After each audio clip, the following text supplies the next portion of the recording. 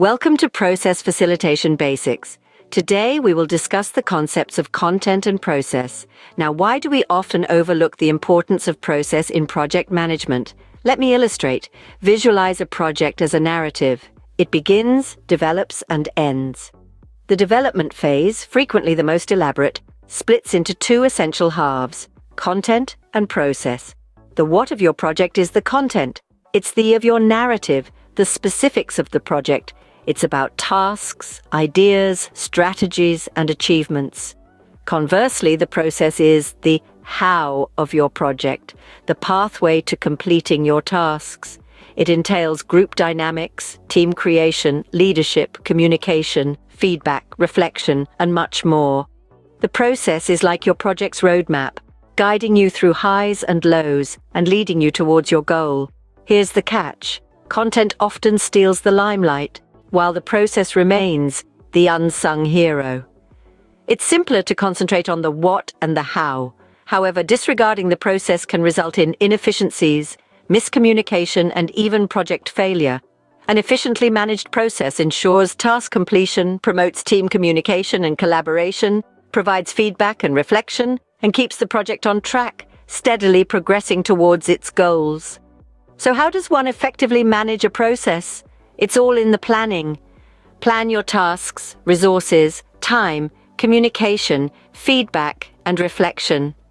Set clear goals and objectives, then strategize to achieve them. Understand your team and their work style, creating an environment that promotes productivity and creativity. Keep in mind, a well-managed process can make or break your project. So when you're next planning a project, don't merely focus on the what. Give equal heed to the how, because in project management, the journey is just as important as the destination. How does a clear goal set the direction for a successful project? This question is the cornerstone of effective project management. Goals are not just the starting point of any project, they're its guiding light, leading the way through the complex maze of tasks and processes. Think of a goal as the destination you punch into your GPS before setting off on a journey. Without knowing where you're headed, you could end up anywhere. This is why goals are so important. They provide direction and endpoint that the team strives to reach. But goals do more than just set the direction. They create a motivating tension between individuals and their work. This tension is the driving force that propels the team forward, fueling their efforts and keeping them focused on the task at hand. Imagine a football team playing without a goal. The players would be running around aimlessly, without any motivation to push harder, to play better. But give them a goal, and suddenly, every pass, every shot, every sprint has a purpose. Similarly, in project management, goals give purpose to our tasks and processes. They tell us why we're doing what we're doing, why it matters. Goals also play a critical role in fostering mutual understanding among team members. When everyone in the team shares the same goal, they're all on the same page, working towards the same result. This shared understanding helps prevent conflicts and misunderstandings, promoting better teamwork and collaboration. However, for goals to be effective, they need to be clear. Ambiguity is the enemy of productivity.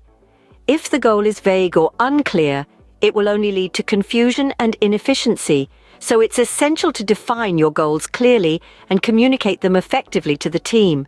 Remember, a well-defined goal is smart, specific, measurable, achievable, relevant, and time-bound.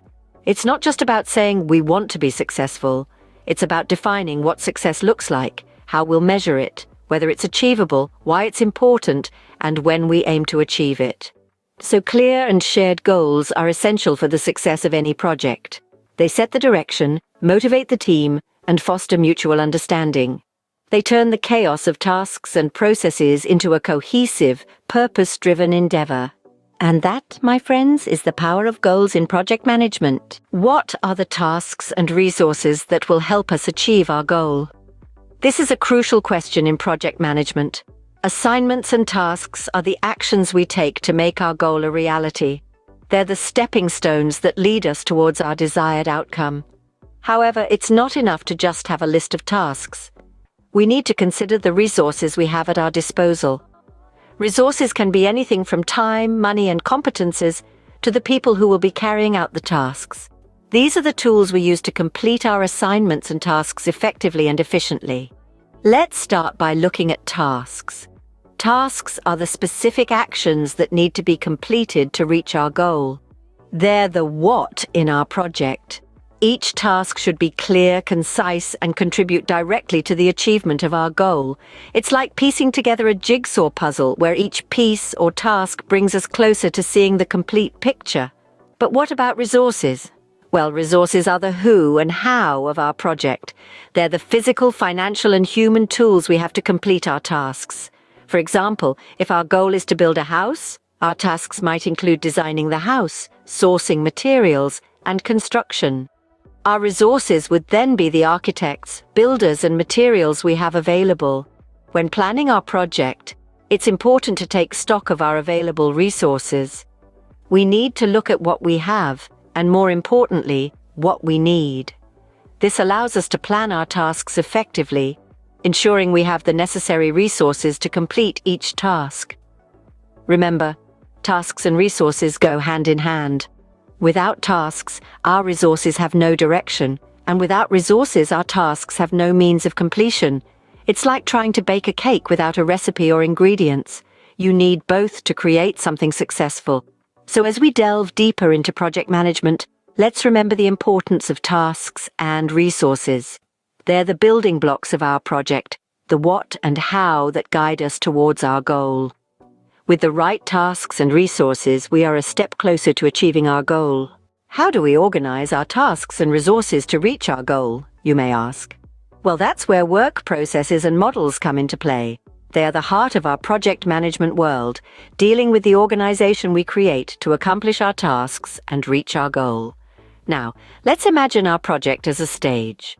The work processes and models are the director, setting the scene, guiding the actors, ensuring everyone knows their role and how to play it.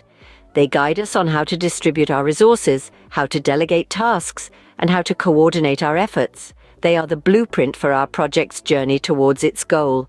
Yet they are much more than just an organizational tool. They shape the dynamics within our team. They influence how we communicate, how we make decisions, and how we resolve conflicts. They create the environment in which we cooperate, and they set the tone for our interactions. Imagine a team in which communication is open, decisions are made collaboratively, and conflicts are resolved constructively. That's a team in which the work processes and models are not just structures, but living, breathing entities that shape the team's culture and dynamics. But what about the tasks and resources we've talked about earlier? How does all this relate to them? Well, our tasks are what we do, and our resources are what we use to do it. Our work processes and models are how we bring them together, how we transform our resources into actions that complete our tasks and bring us closer to our goal. So let's not underestimate the importance of our work processes and models. They are the unseen forces that shape our project's journey, that guide our team's interactions, and that turn our resources and tasks into results. They are the how to our what. To wrap up, always remember that the way we organize our tasks and resources, the way we communicate and make decisions, the way we resolve conflicts, all these are as important as the tasks we do and the resources we use. Remember, it's not just about what we do, but also how we do it. How do we know we have achieved our goal? It's a question that might seem obvious, but in reality, it's not always clear-cut. The answer lies in the process of evaluation. Evaluation is the tool we use to measure the outcome of our project against the goal we set at the outset. It's a critical step in the process and content model, and one that we need to consider from the very beginning. Just as we plan our goals, tasks, and processes, we need to plan our evaluation. This involves deciding on the metrics we'll use, the benchmarks we'll aim for, and the methods we'll employ to collect and analyze data. But evaluation isn't a one-and-done deal. It's not something we only do at the end of a project. Instead, it should be woven into the fabric of our project management process. Regular evaluation during the project allows us to track our progress, identify any issues or roadblocks early on, and make adjustments as needed. It's a way of keeping our finger on the pulse of the project, ensuring we're on track to meet our goal. Moreover, just like our goals and methods, our approach to evaluation should be subject to review. As the project progresses, we might find that the metrics we're using aren't giving us the information we need, or that our benchmarks are no longer appropriate. In these cases, we need to be flexible and willing to adjust our evaluation methods. But what does a good evaluation look like? It provides clear, concrete evidence that we have achieved our goal. It shows that the tasks we completed and the processes we employed have led to the desired result. It reinforces the value of our work and gives us a solid foundation for future projects. In the end, evaluation is more than just a measure of success. It's a way of reflecting on our work, of learning and growing from our experiences. It's a way of ensuring that we're not just doing things, but doing them well and continuously striving for improvement. The final step in our process is to evaluate our results, ensuring our goals have been achieved.